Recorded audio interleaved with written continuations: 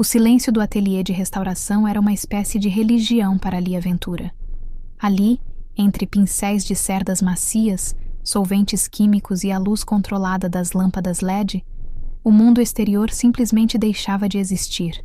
Cada pincelada que devolvia vida a uma tela centenária era um ato de devoção, uma conversa sussurrada com fantasmas de artistas mortos há séculos. Lia não apenas restaurava arte, ela a ressuscitava, camada por camada, com a paciência de quem entende que algumas coisas preciosas não podem ser apressadas. Naquela manhã de agosto, o museu ainda estava silencioso quando ela atravessou os corredores de mármore em direção ao seu santuário. Aos 32 anos, Lia havia conquistado uma reputação impecável no circuito artístico de São Paulo. Discreta, meticulosa, quase invisível, exatamente como ela preferia. Seu cabelo castanho estava preso num coque apertado, os óculos de armação fina descansavam no nariz delicado e o jaleco branco imaculado cobria uma blusa de linho bege e calças sob medida. Tudo nela comunicava controle, ordem, previsibilidade. Era exatamente por isso que a chegada de Nina Carvalho Monteiro naquela tarde viria como um furacão categoria 5. Senhorita Ventura? A voz de Rogério, o diretor do museu, soou pelo interfone às 14h. Havia uma tensão incomum nela. Preciso que venha à minha sala. Agora, por favor. Lia franziu a testa, salvando o trabalho meticuloso que fazia numa natureza morta do século XVIII. Rogério nunca a interrompia durante o expediente. Ela tirou as luvas de látex, alisou o jaleco e caminhou pelos corredores vazios com um aperto crescente no peito. A sala do diretor ficava no 3º andar, com vista para a Avenida Paulista. Quando Lia abriu a porta, encontrou Rogério atrás da mesa de mogno, com uma expressão entre diplomática e desesperada. Mas não foi ele quem capturou sua atenção. Recostada na janela, com os braços cruzados e um sorrisinho de quem sabia exatamente o efeito que causava, estava a mulher mais perturbadoramente bonita que Lia já vira na vida. Nina Carvalho Monteiro não precisava de apresentações. Seu rosto estampava revistas de sociedade com frequência suficiente para ser reconhecível. Filha única de Augusto Monteiro, um dos maiores colecionadores de arte da América Latina, Nina era conhecida por 3 coisas: festas escandalosas, romances públicos e tumultuados, e uma habilidade sobrenatural para irritar o pai. Ela usava uma jaqueta de couro preta sobre uma regata branca justa, jeans rasgados estrategicamente e botas de salto que a faziam parecer ainda mais alta do que já era. O cabelo loiro caía em ondas descuidadas pelos ombros, e havia algo nos olhos verdes dela, uma mistura de tédio e desafio, que fez Lia sentir-se instantaneamente desconfortável. Lia, esta é Nina Monteiro, Rogério começou, gesticulando nervosamente. Filha do senhor Augusto Monteiro, nosso principal patrono e... Eu sei quem ela é, Lia interrompeu suavemente, forçando um sorriso profissional. É um prazer conhecê-la, senhorita Monteiro. Nina a avaliou da cabeça aos pés com uma lentidão deliberada que fez algo esquentar sob a pele de Lia. Então, finalmente, ela empurrou-se da janela e estendeu a mão. Nina, apenas Nina, disse ela, a voz rouca e levemente entediada. E você deve ser a famosa Lia Ventura. Papai não para de falar de você. O aperto de mão durou 1 segundo a mais do que deveria. Os dedos de Nina eram quentes, firmes, e havia um anel de prata no polegar que roçou a pele de Lia de um jeito que enviou um arrepio involuntário pela sua espinha. Lia puxou a mão de volta rapidamente, sentindo as bochechas esquentarem. Senhorita Ventura, Rogério continuou, entrelaçando os dedos sobre a mesa. O senhor Monteiro confiou ao museu uma peça extraordinária para a restauração. Um Caravaggio perdido, autenticado recentemente. É uma das descobertas mais importantes da década. Lia piscou, momentaneamente esquecendo o desconforto. Um Caravaggio? Senhor, isso é... Um pesadelo burocrático, eu sei. Nina interrompeu, jogando-se numa das poltronas de couro com despreocupação. Papai está paranoico. Quer alguém da família supervisionando cada etapa da restauração. Adivinhe quem foi convocada para a tarefa? Lia sentiu o estômago afundar. Supervisionar? Exatamente. Rogério confirmou desconfortável. Senhorita Monteiro estará observando seu trabalho. É uma exigência contratual do senhor Monteiro. Não negociável, receio. Observando. Lia repetiu, a palavra saindo mais seca do que pretendia. Ela virou-se para Nina, mantendo a voz firme. Com todo respeito, senhorita Monteiro, o processo de restauração é extremamente delicado. Requer concentração absoluta, ambiente controlado e você acha que eu vou atrapalhar? Nina completou, aquele sorriso irritante se alargando. Relaxa, querida. Eu também não quero estar aqui, mas papai ameaçou cortar minha mesada se eu não viesse brincar de babá da obra de arte. Então aqui estou. Ela gesticulou vagamente. Prometo ficar quietinha no meu canto. Lia duvidava muito disso. Quando ela chega? Perguntou resignada. Amanhã, Rogério respondeu. 8 da manhã.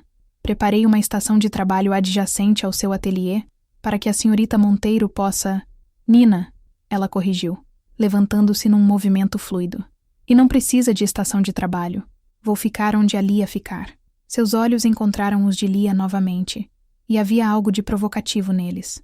Vai ser divertido, tenho certeza. No dia seguinte, Lia chegou ao museu às 6 da manhã, 2 horas antes do combinado. Precisava de tempo para se preparar mentalmente para a presença invasiva de Nina Monteiro em seu espaço sagrado. O Caravaggio já estava esperando, embalado com cuidado numa caixa de madeira climatizada. Lia passou 1 hora apenas examinando a tela antes de começar qualquer trabalho real, sentindo o peso da responsabilidade. A pintura retratava Judite e Holofernes, o momento dramático em que a heroína bíblica decapita o general assírio. Era brutal, visceral, típico de Caravaggio. As cores estavam desbotadas, o verniz amarelado pelo tempo, mas a genialidade ainda pulsava em cada pincelada. Lia sentiu aquela adrenalina familiar, a emoção de estar diante de algo transcendente. Uau! Uma voz soou atrás dela. Isso é realmente perturbador. Lia virou-se bruscamente. Nina estava parada na porta do ateliê e Lia teve que travar a mandíbula para não deixar a boca abrir. Diferente do visual rebelde do dia anterior, Nina usava uma calça de alfaiataria preta e uma camisa de seda cinza com os primeiros botões abertos, revelando a curva delicada da clavícula. O cabelo estava preso num rabo de cavalo baixo, ainda levemente úmido. Ela parecia sofisticada, quase respeitável, exceto pelos olhos, que ainda carregavam aquele brilho de quem estava constantemente avaliando, testando, provocando. Você está adiantada, Lia disse, virando-se de volta para a pintura. Você também. Nina caminhou até ficar ao lado dela, tão perto que Lia podia sentir o perfume, algo cítrico e amadeirado, caro. Então é esse o bebê de $1 milhão. 50 milhões, na verdade. Lia corrigiu automaticamente, se a autenticação for confirmada após a restauração. Nina assobiou baixo. Papai realmente sabe escolher seus brinquedos. Isso não é um brinquedo, Lia disse, mais ríspida do que pretendia. É uma obra-prima. Calma, professora. Nina ergueu as mãos em rendição, mas estava sorrindo. Não precisa me dar sermão. Eu cresci cercada dessas coisas. Sei o que é importante. Sabe? Lia virou-se para encará-la cruzando os braços. Porque tudo o que eu li sobre você sugere que sua única relação com arte envolve festas em galerias e fotos no Instagram. Foi cruel, Lia sabia. Mas havia algo em Nina, aquela confiança despreocupada, aquele jeito de ocupar espaço como se o mundo devesse a ela alguma coisa, que despertava uma irritação visceral. Por um momento, algo atravessou o rosto de Nina. Não exatamente mágoa, mas um lampejo de algo mais profundo, mais real. Então o sorriso voltou, afiado nas bordas. Você é bem julgadora para alguém que acabou de me conhecer, e você é bem intrusa para alguém que foi forçada a estar aqui. Elas ficaram paradas, olhando uma para a outra, a tensão no ar tão espessa que Lia podia quase prová-la. Então Nina riu, um som baixo, quase admirado. Ok, acho que você e eu vamos nos dar muito bem, Lia Ventura. Lia duvidava muito disso também. Mas quando Nina puxou uma cadeira e sentou-se com aquela elegância descuidada, observando Lia preparar seus instrumentos com atenção genuína, algo estranho aconteceu. O silêncio que se instalou não foi exatamente desconfortável. Era carregado, sim, denso de algo que Lia não conseguia nomear. Mas não era ruim. E isso, de alguma forma, assustava mais do que qualquer coisa. Porque Lia Ventura construíra sua vida inteira sobre controle, previsibilidade e regras. E tudo em Nina Monteiro gritava caos. A primeira semana foi uma guerra silenciosa. Nina chegava todos os dias às 8 em ponto. pontualidade surpreendente para alguém com sua reputação, sempre impecavelmente vestida numa versão sofisticada de si mesma, que confundia Lia profundamente. Jeans designer e blusas de seda, vestidos midi com botas, calças de alfaiataria com camisetas brancas simples que, de alguma forma, pareciam custar mais que o salário mensal de Lia. Ela se sentava, na cadeira designada, cruzava as pernas e observava. Simplesmente observava, e Lia descobriu que ser observada por Nina Monteiro era uma experiência perturbadoramente íntima. Ela sentia o peso daqueles olhos verdes em cada movimento, quando misturava solventes, quando testava pigmentos, quando se inclinava sobre a tela com a lupa de joalheiro presa ao rosto. Nina não falava muito, não fazia perguntas idiotas, não tentava tocar em nada. Ela apenas prestava atenção. Atenção real, concentrada, do tipo que fazia Lia hiperconsciente de cada respiração, cada gesto. Você sempre morde o lábio quando está concentrada? Nina perguntou no terceiro dia, a voz rouca quebrando o silêncio de horas. Lia sobressaltou-se, quase derrubando o pincel. O quê? Seu lábio inferior. Nina gesticulou vagamente em direção ao próprio rosto. Você morde ele. Já deve ter percebido que está fazendo isso há 20 minutos. Lia levou a mão à boca inconscientemente, sentindo a pele sensível. Não tinha percebido. É fofo, Nina disse casualmente, voltando a olhar para o telefone. Só estou dizendo. Lia ficou paralisada por um segundo inteiro, processando a palavra fofo, dita naquele tom, desinteressado e devastador ao mesmo tempo. Então, forçou-se a voltar ao trabalho, ignorando o calor que subia pelo pescoço. Mas o problema era que quanto mais tempo passavam juntas, mais difícil ficava ignorar Nina. Havia pequenos momentos, fragmentos de humanidade que rachavam a fachada rebelde e revelavam algo mais complicado por baixo. Como quando Nina trouxe café para as 2 na quinta-feira, lembrando exatamente como Lia gostava, expresso duplo, sem açúcar, sem nunca ter perguntado. Ou quando Lia mencionou casualmente que estava com dor nas costas, e Nina, sem dizer nada, simplesmente apareceu no dia seguinte com uma almofada lombar, cara, e a colocou na cadeira de Lia antes que ela pudesse protestar. É só uma almofada, Nina disse quando Lia tentou agradecer, evitando o olhar dela. Não precisa parecer tão chocada, mas Lia estava chocada, porque ninguém prestava atenção nela assim. Ninguém notava as pequenas coisas, os detalhes que Lia passava a vida inteira observando nos outros, mas que raramente eram retribuídos. Nina notava, e isso era perigoso. A rachadura real na armadura de ambas aconteceu na segunda semana, numa noite de sexta-feira, quando Lia decidiu ficar até tarde para trabalhar numa sessão particularmente difícil da pintura.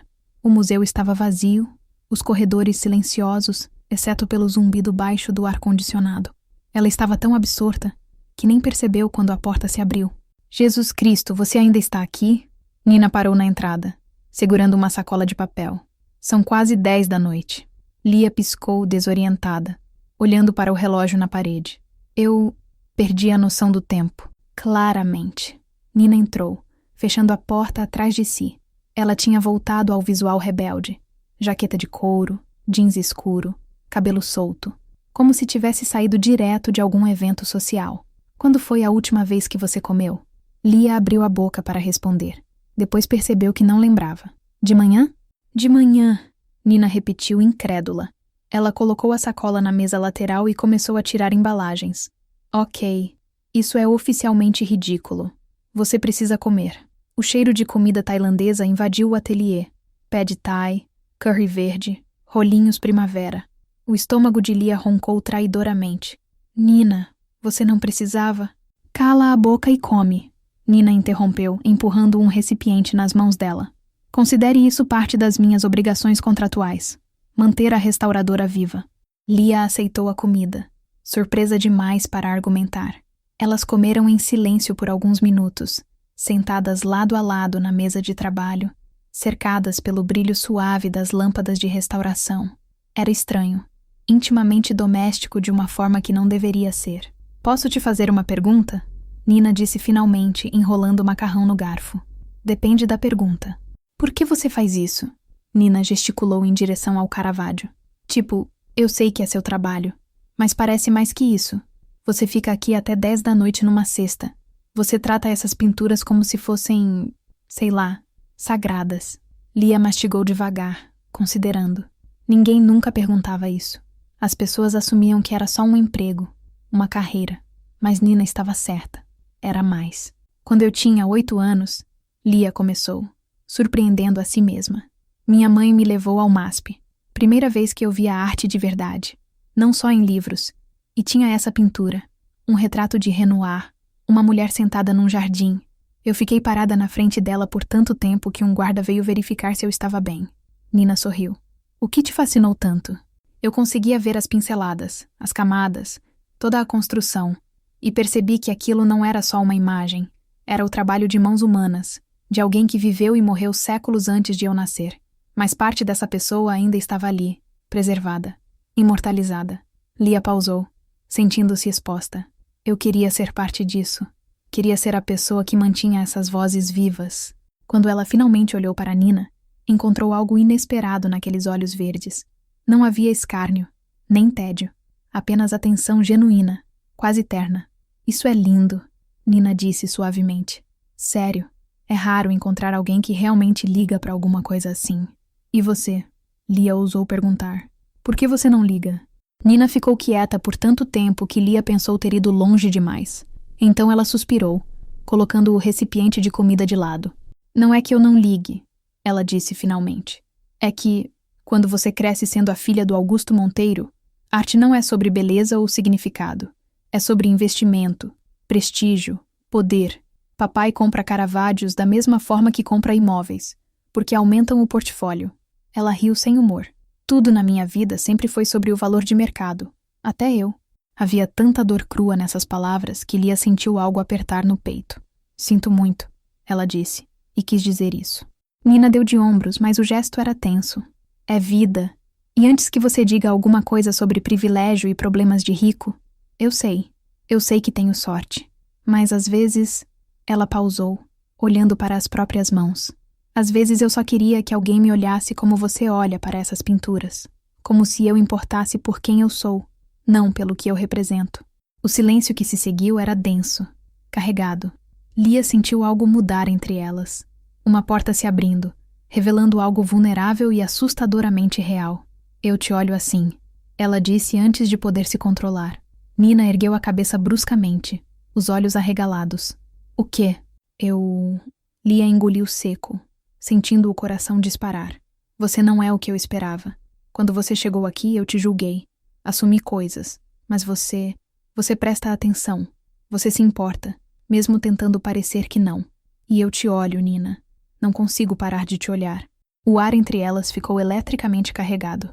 Nina se inclinou para a frente, e Lia podia sentir o calor do corpo dela, o perfume cítrico que se tornara tão familiar.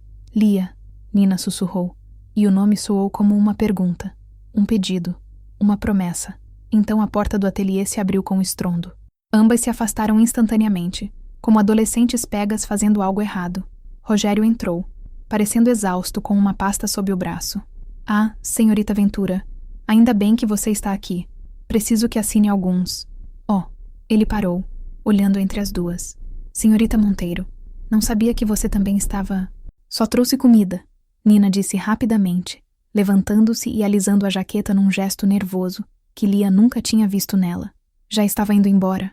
Ela saiu do ateliê sem olhar para trás, deixando Lia sentada ali com o coração ainda acelerado e um recipiente de pad thai esfriando nas mãos. Rogério estendeu os papéis, sem notar nada, mas Lia mal conseguia focar, porque tudo tinha mudado naqueles poucos minutos, e ela não fazia ideia do que fazer com isso.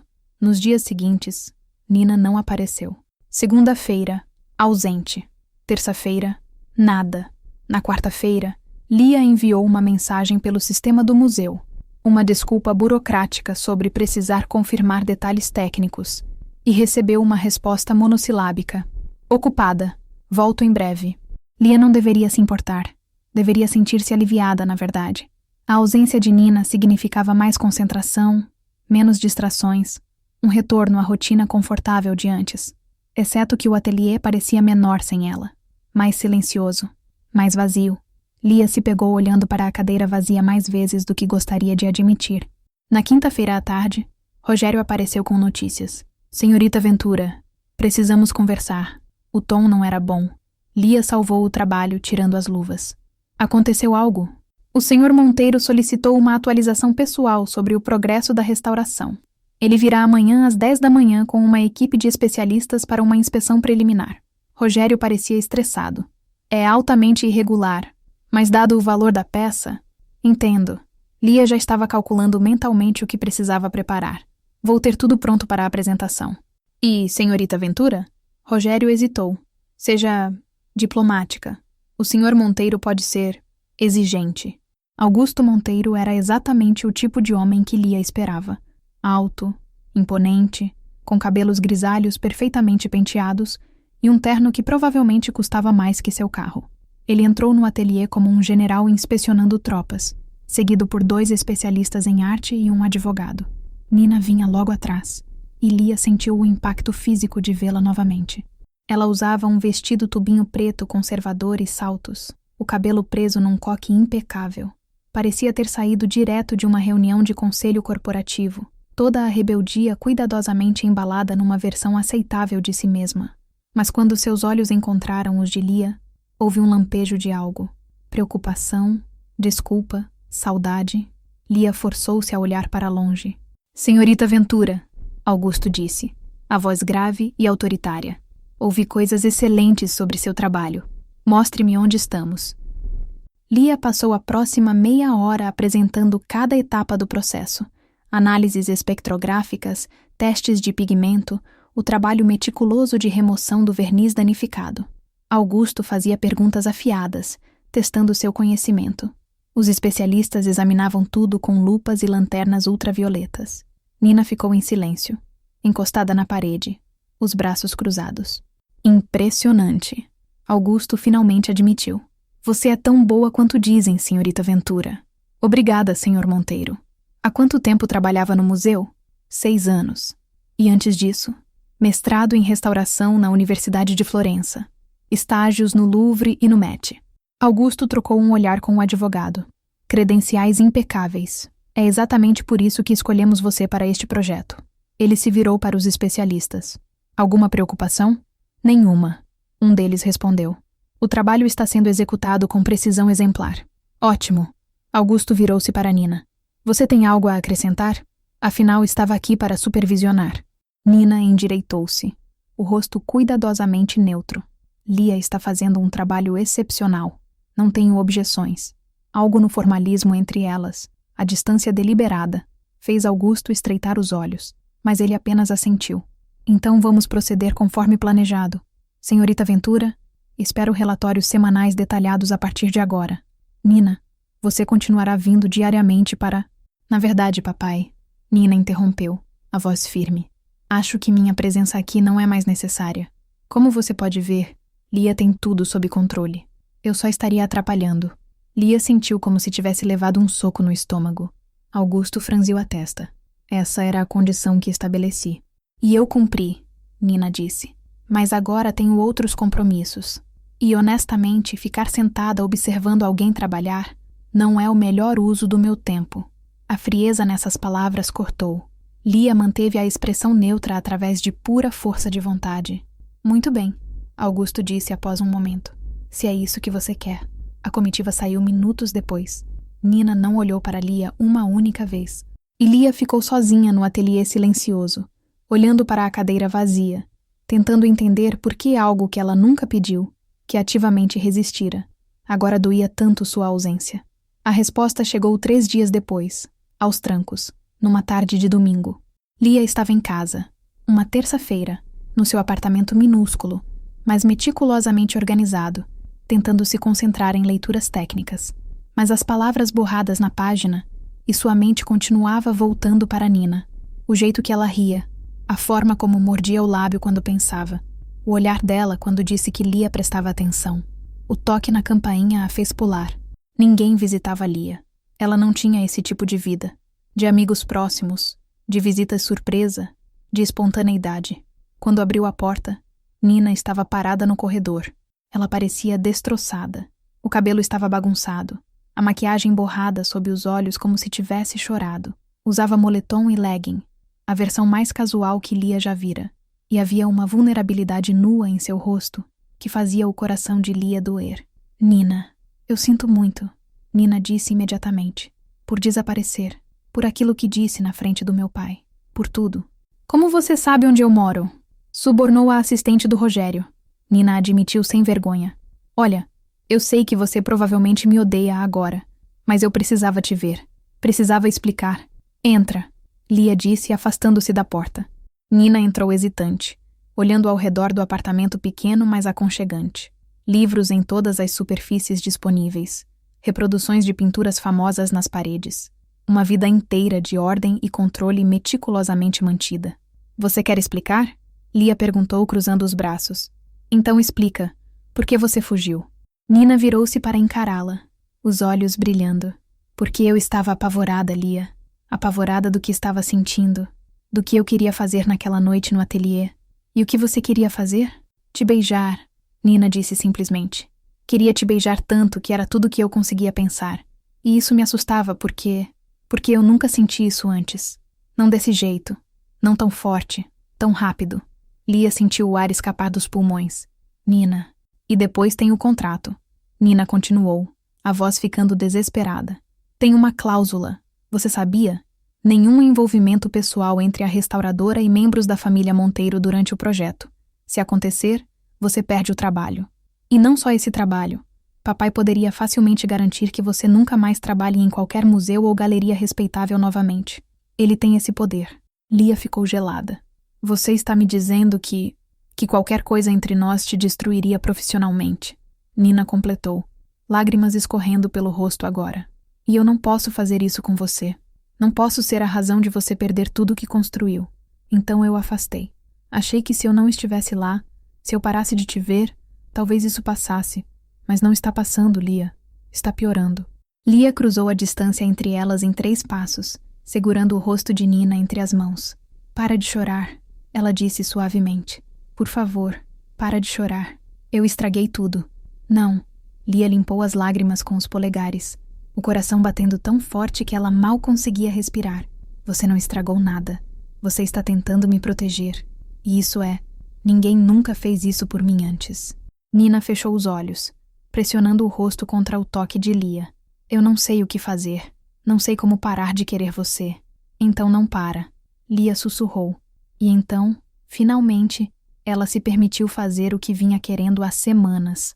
Ela beijou Nina. Foi suave no começo, hesitante, testando. Os lábios de Nina eram macios, trêmulos contra os seus. Mas então Nina fez um som baixo na garganta, as mãos subindo para segurar a nuca de Lia, e o beijo se aprofundou. Tornou-se urgente, faminto, todo o desejo reprimido de semanas explodindo entre elas. Lia pressionou Nina contra a parede, sentindo o corpo dela ceder, moldando-se ao seu. Nina mordeu o lábio inferior de Lia suavemente, arrancando um gemido que Lia nem sabia que era capaz de produzir. As mãos dela estavam no cabelo de Nina, desatando o rabo de cavalo bagunçado, dedos enterrando-se nas madeixas loiras. Lia, Nina arquejou entre beijos. Se não pararmos agora... Não quero parar, Lia disse contra a boca dela. Não quero mais parar. Elas mal conseguiram chegar ao quarto. Lia acordou com luz do sol atravessando as cortinas e o peso reconfortante de Nina enroscada contra ela. Por um momento lindo e suspenso, tudo pareceu perfeito. O cabelo loiro espalhado no travesseiro, a respiração suave, a mão de Nina descansando possessivamente na cintura de Lia. Então a realidade bateu como uma marreta. O contrato, o trabalho, o Caravaggio. Lia sentou-se bruscamente, o coração disparando. Nina se mexeu, piscando sonolenta. Que horas são? Ela murmurou. 7 da manhã, Lia disse, já levantando. Nina, o que nós fizemos foi incrível? Nina completou, sentando-se também, os lençóis deslizando e revelando a curva dos ombros nus. Havia marcas de amor no pescoço dela que fizeram Lia corar. Porque do meu ponto de vista, definitivamente foi incrível. Foi um erro, Lia disse, mas a palavra soou falsa, até para seus próprios ouvidos. Nina ficou séria, alcançando a mão de Lia. Não foi um erro, e você sabe disso. Seu pai não precisa saber. Nina disse firmemente. Ninguém precisa saber. Eu volto ao museu, continuo supervisionando oficialmente. E nós vemos o que acontece, com discrição. Nina, isso é loucura. Se descobrirem, não vão descobrir. Nina puxou Lia de volta para a cama, beijando-a lentamente. A não ser que você não queira isso. Não queira eu. Lia olhou para aqueles olhos verdes, viu a vulnerabilidade ali, a esperança, o medo, e soube que estava perdida. Eu quero, ela admitiu baixinho. Deus me ajude. Eu quero você. O sorriso de Nina foi devastador. As semanas seguintes foram as mais intensas da vida de Lia. Durante o dia, elas mantinham uma fachada profissional cuidadosa. Nina voltou a aparecer no museu, sentando-se na cadeira de sempre, observando Lia trabalhar. Mas agora havia camadas de significado em cada olhar. Lembretes compartilhados de mãos entrelaçadas, sussurros no escuro, o gosto da pele uma da outra. À noite, Nina aparecia no apartamento de Lia, ou Lia ia até o loft escandalosamente luxuoso de Nina na Vila Olímpia. Elas cozinhavam juntas, ou tentavam, geralmente terminando pedindo delivery depois de se distraírem com beijos contra a geladeira. Conversavam por horas, faziam amor com uma intensidade que deixava Lia tremendo. Nina era tudo que Lia nunca soube que queria. Ela era engraçada, surpreendentemente gentil e assustadoramente perceptiva. Ela lembrava de cada detalhe que Lia mencionava casualmente. O chá favorito, o livro que estava lendo, a tia que morava em Curitiba. Ela comprou Lia uma primeira edição de um livro sobre Caravaggio que custou uma fortuna e agiu como se não fosse grande coisa.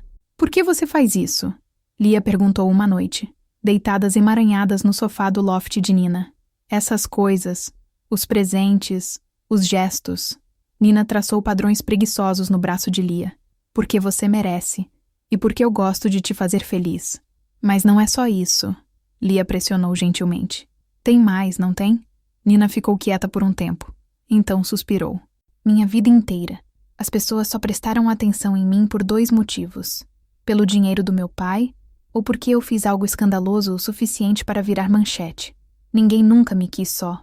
Por mim. Nina, a pessoa. Ela olhou para Lia, os olhos brilhando na luz fraca. Mas você me quer. Eu vejo isso no jeito que você me olha. E eu não quero dar nenhum motivo para você mudar de ideia. Lia sentiu o coração apertar dolorosamente. Ela beijou Nina devagar, tentando transmitir sem palavras o que sentia. Que Nina era suficiente. Sempre fora suficiente. Que o dinheiro e o sobrenome não importavam. Mas não era verdade, era. Porque o sobrenome Monteiro estava presente em cada segundo que passavam juntas. Uma ameaça constante pairando sobre elas. A primeira rachadura real apareceu 1 mês depois do início do relacionamento. Lia estava no ateliê, trabalhando num sábado.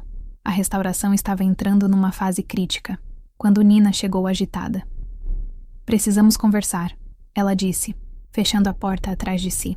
Lia imediatamente sentiu o estômago afundar. O que aconteceu?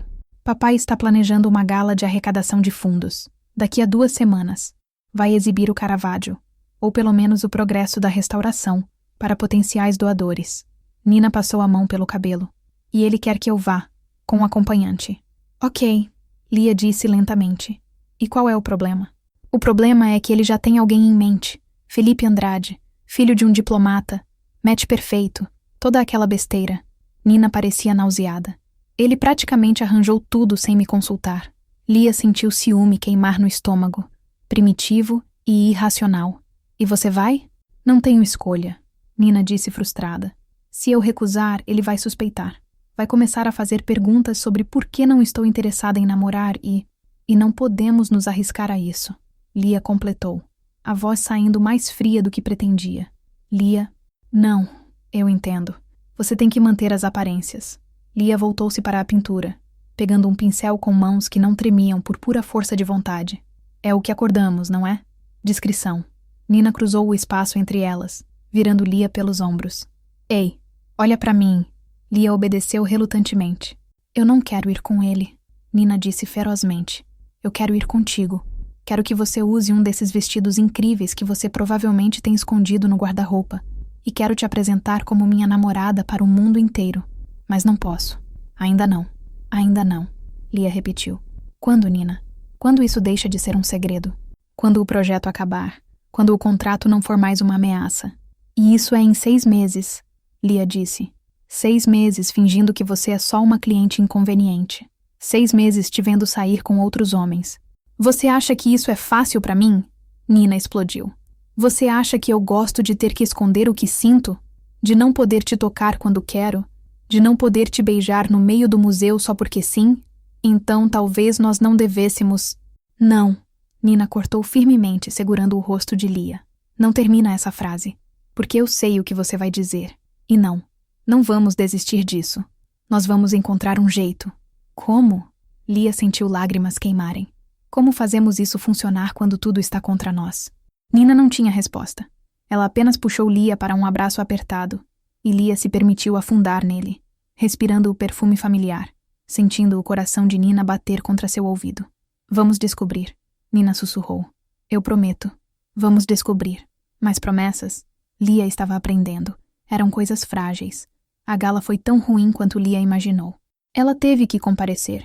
Rogério insistiu que era essencial para a equipe de restauração estar presente. Então Lia se vestiu com seu melhor vestido preto conservador, prendeu o cabelo num coque elegante e foi. E lá estava Nina, deslumbrante num vestido vermelho que abraçava cada curva, o cabelo em ondas de Hollywood, rindo de algo que Felipe Andrade estava dizendo. Ele era bonito de uma forma convencional, alto, bem vestido, charmoso, e ele claramente estava interessado, inclinando-se perto demais, tocando o braço de Nina casualmente.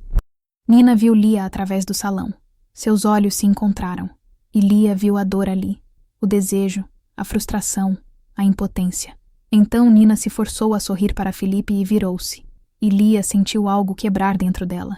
Ela passou a noite inteira em agonia, observando Nina circular pelo salão, vendo Augusto Monteiro apresentá-la orgulhosamente para doadores, testemunhando Felipe beijar a mão dela, puxá-la para dançar. Quando foi finalmente hora da apresentação do Caravaggio, Lia teve que subir no palco e falar sobre o processo de restauração. Ela conseguiu, no piloto automático, profissional e articulada, mas o tempo todo, ela sentia o peso do olhar de Nina. Depois, quando o evento estava terminando, Nina a encontrou num corredor vazio. Lia... Não, Lia disse afastando-se. Por favor, não agora. Eu sei que foi difícil. Difícil? Lia riu sem humor. Nina, eu passei a noite inteira te vendo com outro homem, sorrindo para ele, dançando com ele, deixando ele te tocar. E eu não podia dizer nada. Não podia fazer nada exceto ficar ali e fingir que não estava morrendo por dentro. Você acha que eu gostei disso? Nina disse, a voz quebrando. Cada segundo com ele era tortura porque tudo que eu queria era estar contigo. Mas você não estava, Lia disse. E é assim que vai ser. Por meses. Talvez para sempre, porque seu pai nunca vai aprovar isso. Você sabe disso, não sabe? Nina ficou pálida. Não diga isso. É a verdade, Lia pressionou. Mesmo que doesse. Você é a herdeira do Império Monteiro. Eu sou uma restauradora sem família, sem conexões, sem nada que importe no seu mundo. Mesmo depois que o projeto acabar, você realmente acha que seu pai vai aceitar? Que vamos poder simplesmente ser felizes? Eu não me importo com o que ele aceita. Você se importa, Lia disse gentilmente. E deveria. Ele é seu pai, sua família. E eu nunca vou pedir que você escolha entre nós, Nina. Porque eu já sei quem você vai escolher. Lia, por favor. Mas Lia já estava saindo. Saindo antes que Nina pudesse ver as lágrimas. Saindo antes que ela mudasse de ideia e aceitasse viver nas sombras para sempre. Porque algumas coisas, ela estava percebendo, eram mais dolorosas que estar sozinha. Amar alguém que você nunca poderia ter de verdade era uma delas. Lia não apareceu no museu na segunda-feira, nem na terça. Na quarta, Rogério ligou pessoalmente, preocupado. Senhorita Ventura, você está bem? Isso não é nada como você. Desculpe, Lia disse, a voz rouca de tanto chorar. Estou com gripe. Volto semana que vem. Era mentira. Ela estava perfeitamente saudável. Mas voltar significava ver Nina. E Lia não confiava em si mesma para manter a compostura. Nina tentou ligar. Mandou mensagens. Apareceu na porta do apartamento de Lia. 3 vezes. Lia ignorou tudo. Bloqueou o número. Não atendeu a campainha. Era covarde, ela sabia. Mas era o único jeito de sobreviver. Na quinta-feira à noite, quando Lia finalmente forçou-se a comer algo, a campainha tocou novamente. Ela quase ignorou. Mas algo, instinto, esperança masoquista, a fez verificar o olho mágico. Não era Nina, era Augusto Monteiro. Lia abriu a porta em choque, ainda usando roupas de dormir e com o cabelo bagunçado. Senhor Monteiro, Preciso falar com você, ele disse, a voz grave. Posso entrar? Lia não tinha ideia do que fazer, exceto concordar. Augusto entrou, olhando ao redor do apartamento modesto com uma expressão indecifrável. Lia de repente ficou dolorosamente consciente de quão pequeno tudo era, quão comum comparado ao mundo dele. Café? Ela ofereceu fracamente. Não, obrigado. Isso não é uma visita social. Ele se virou para encará-la. Quero saber o que está acontecendo entre você e minha filha. O sangue de Lia gelou. Eu não entendo.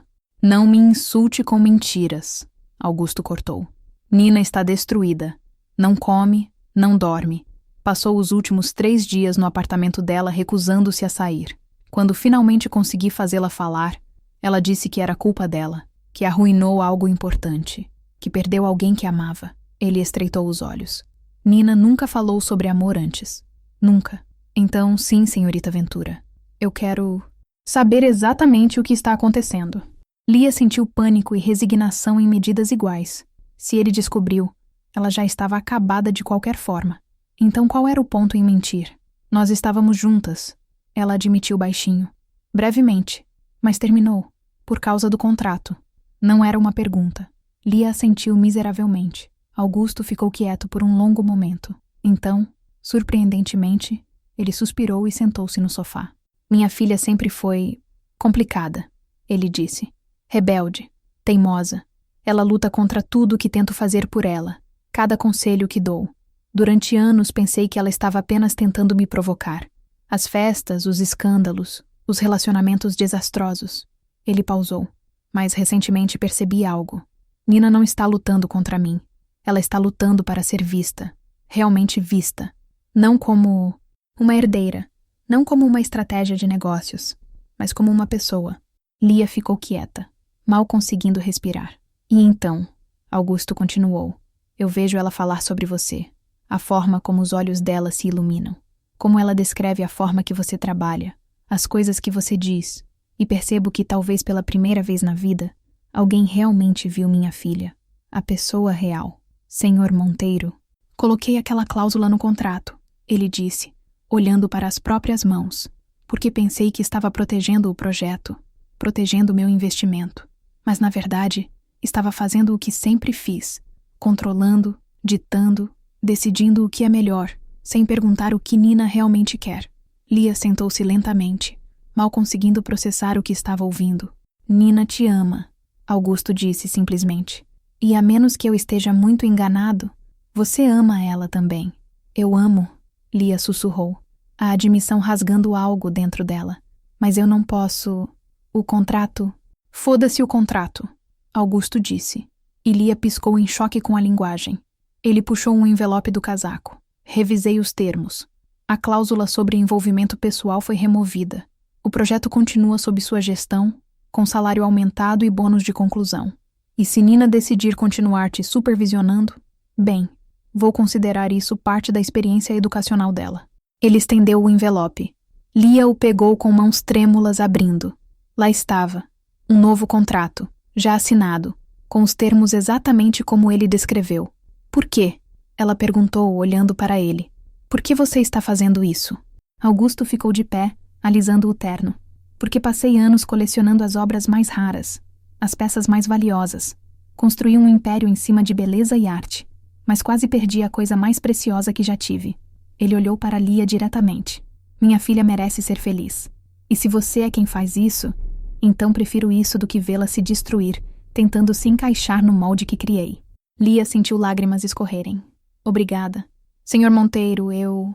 Obrigada. Ele acenou, já se dirigindo à porta. Então pausou, olhando para trás.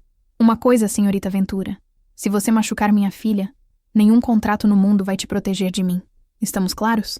Lia quase riu. Perfeitamente claro. Bom. E ele saiu, deixando Lia sozinha com o contrato nas mãos e o coração batendo descontroladamente. Lia chegou ao loft de Nina às 8 da noite, usando o código que Nina tinha dado semanas atrás. Suas mãos tremiam enquanto subia no elevador particular, ensaiando e descartando 1000 formas de começar a conversa. Quando a porta se abriu direto na sala de estar, ela encontrou Nina enrolada no sofá, usando moletom e com o cabelo bagunçado. Havia restos de comida delivery espalhados, e Nina estava assistindo algo na TV sem realmente prestar atenção. Ela olhou para cima quando Lia entrou, e a expressão em seu rosto, esperança misturada com medo de esperança, quase destruiu Lia. Lia, o que você está fazendo? Seu pai apareceu no meu apartamento, Lia disse, cruzando a sala. Ele sabe, sobre nós. Nina empalideceu, levantando-se. Oh Deus! Lia, eu sinto muito, eu não contei. Eu juro, ele deve ter descoberto. Nina. Lia segurou as mãos dela. Ele não está bravo. Nina piscou. O quê? Ele revisou o contrato. Lia puxou o envelope do casaco entregando a ela. A cláusula não existe mais. Não há mais nada nos impedindo. Nina leu o documento com olhos arregalados, as mãos tremendo. Isso é real? É real. Então nós podemos... Nina olhou para cima, vulnerabilidade crua em seu rosto. Nós realmente podemos estar juntas? Sem esconder? Se você ainda quiser, Lia disse, o coração na garganta. Eu sei que fui covarde, que fugi em vez de lutar. Mas, Nina, eu te amo. E se você ainda me aceitar de volta, eu prometo nunca mais fugir. Não importa o que aconteça. A resposta de Nina foi beijá-la. Não foi gentil ou hesitante. Foi urgente, desesperado. Todo o sentimento contido de dias separadas explodindo entre elas.